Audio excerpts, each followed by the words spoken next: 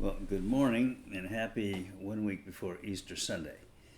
So, first of all, I haven't been here for a while because I've been having some trouble with my eyes. I had cataracts. So, I had cataracts removed from my right eye, and that's now, I have almost perfect vision. I had the cataract removed from my left eye, and I'm getting, it's still foggy, and it's been 3 days. So, they say, that it takes a while. Sometimes, the fog doesn't clear up for several days or maybe even a couple of weeks. Nonetheless, it's the fog is disruptive enough. Oops. Hey, who's calling me? One of you is watching this program and decided to call me. Okay, I'm back.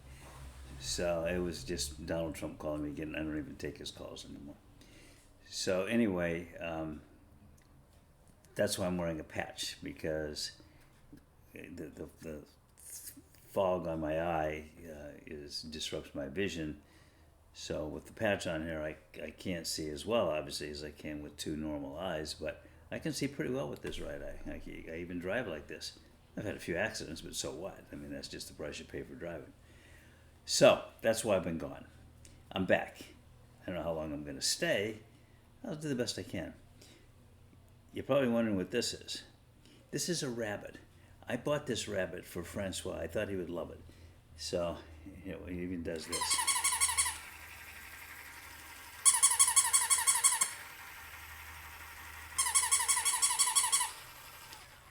I know what you're thinking. How come he's not president? I don't know, because he's a rabbit. So Francois thought that my concern was he might go after this thing and start chewing it up and tear it to pieces. I turned it on and it was jumping around. He was terrified of this thing. He was terrified. He ran up to it and he jumped back and he's back and he's back and he's looking and he's back and back. Now when I turn it on, he just ignores it. So it just goes to show you never know what kind of a toy is going to be acceptable to your pet. But it's really kind of cute. I'm going to give it away to somebody who says I'm tired of playing with it myself. No, none of you. I'm going to give it to some little kid. No, not you. You little kids that are watching this show are far too sophisticated for a toy rabbit that jumps around. So let's talk about economics, and we're going to talk briefly. But, hold on a second. I hate that I have to pause again. I'm sorry.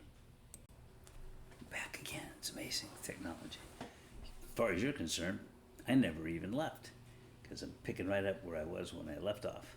It's just like when I had a colonoscopy and they gave me that, whatever that drug is. And it's like I'm talking to the doctor, and then all of a sudden he's on the other side of the bed. And I'm like, how the hell did he get over there?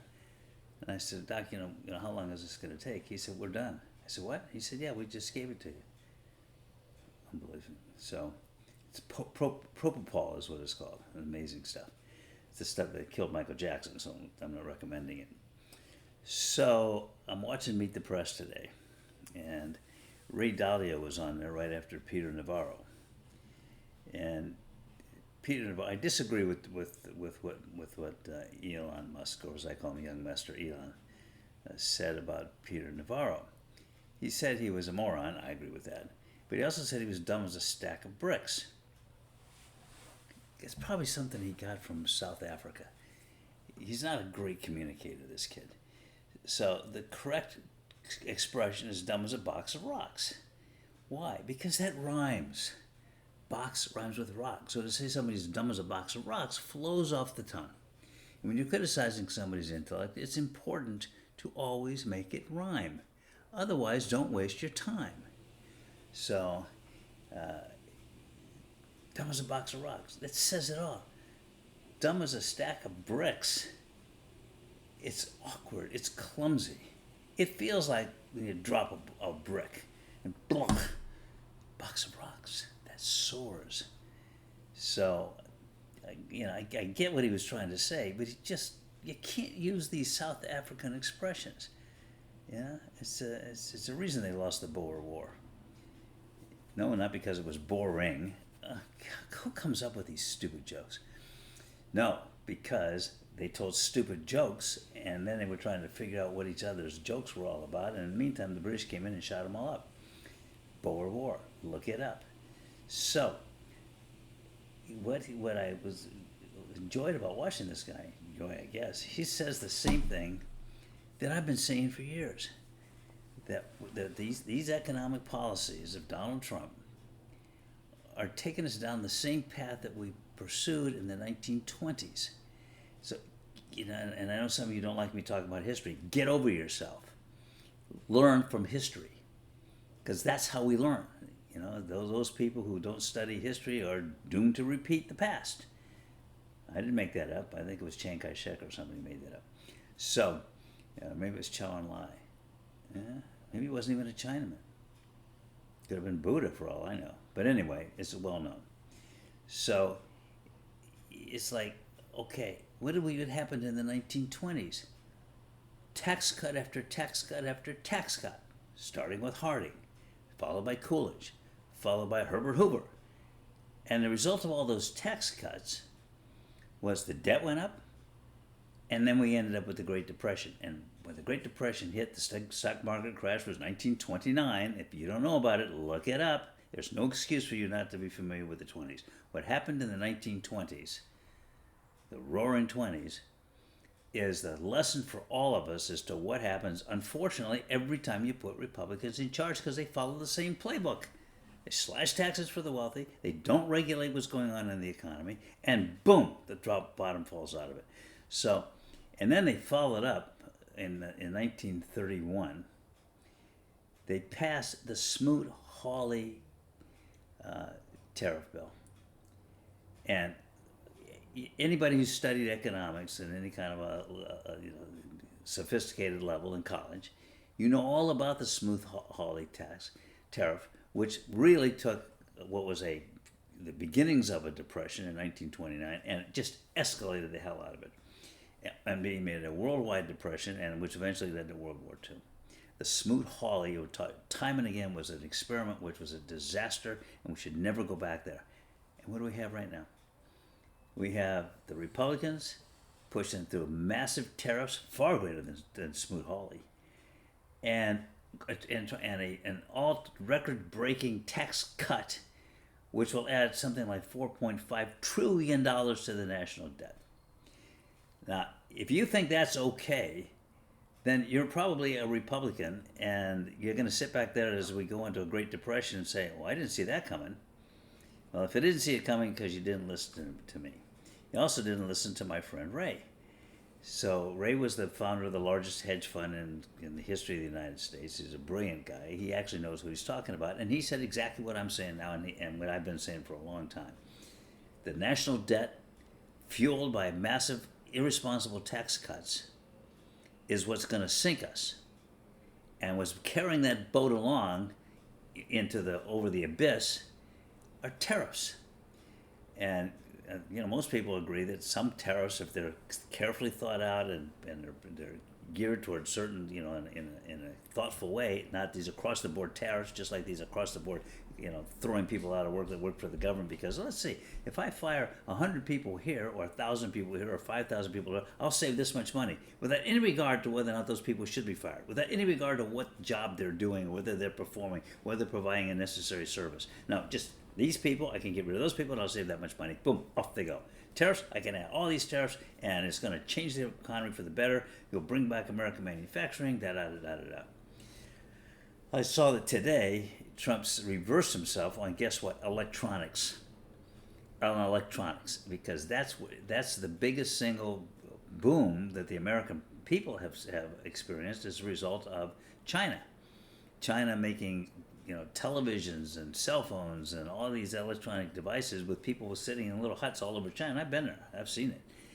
And we just, in the meantime, getting things at rock bottom prices. I remember when the flat screen TVs came out, and some friends of mine went out and spent $10,000 for the top of the line, this new technology, flat screen TV, $10,000 because it was made by an American company.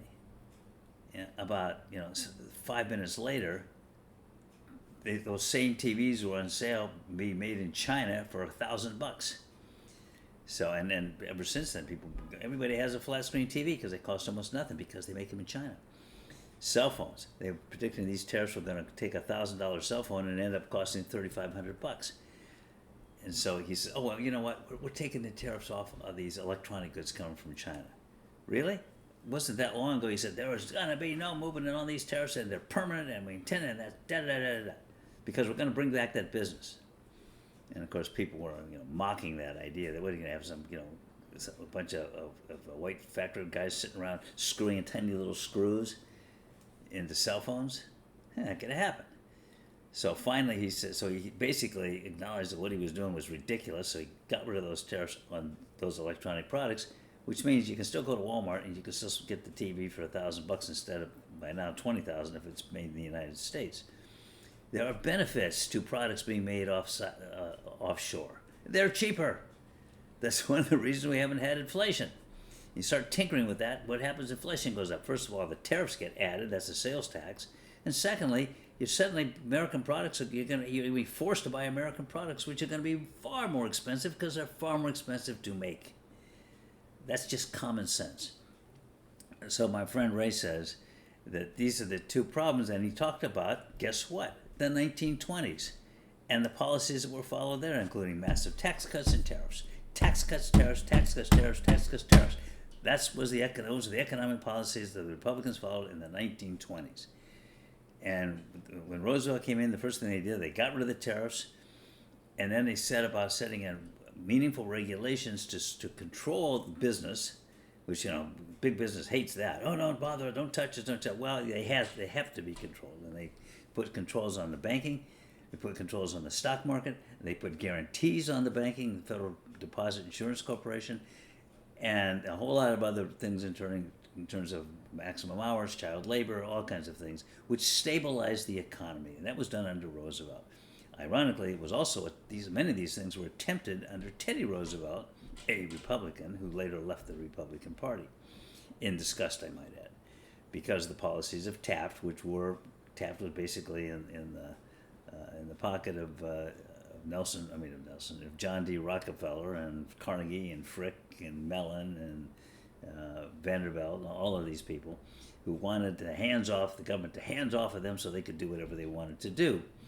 And that was steel, automobiles, oil, banking, just across the line. And that was when the Republican Party became owned lock, stock, and barrel by these robber barons. And it wasn't until Franklin Roosevelt came along that corrected that. There was only so much he could do, but he did a lot, and that's why we were able to have a stable economy, which we still have a stable. We haven't had a Great Depression since the Great Depression, almost by definition, right? Don't get smart with me.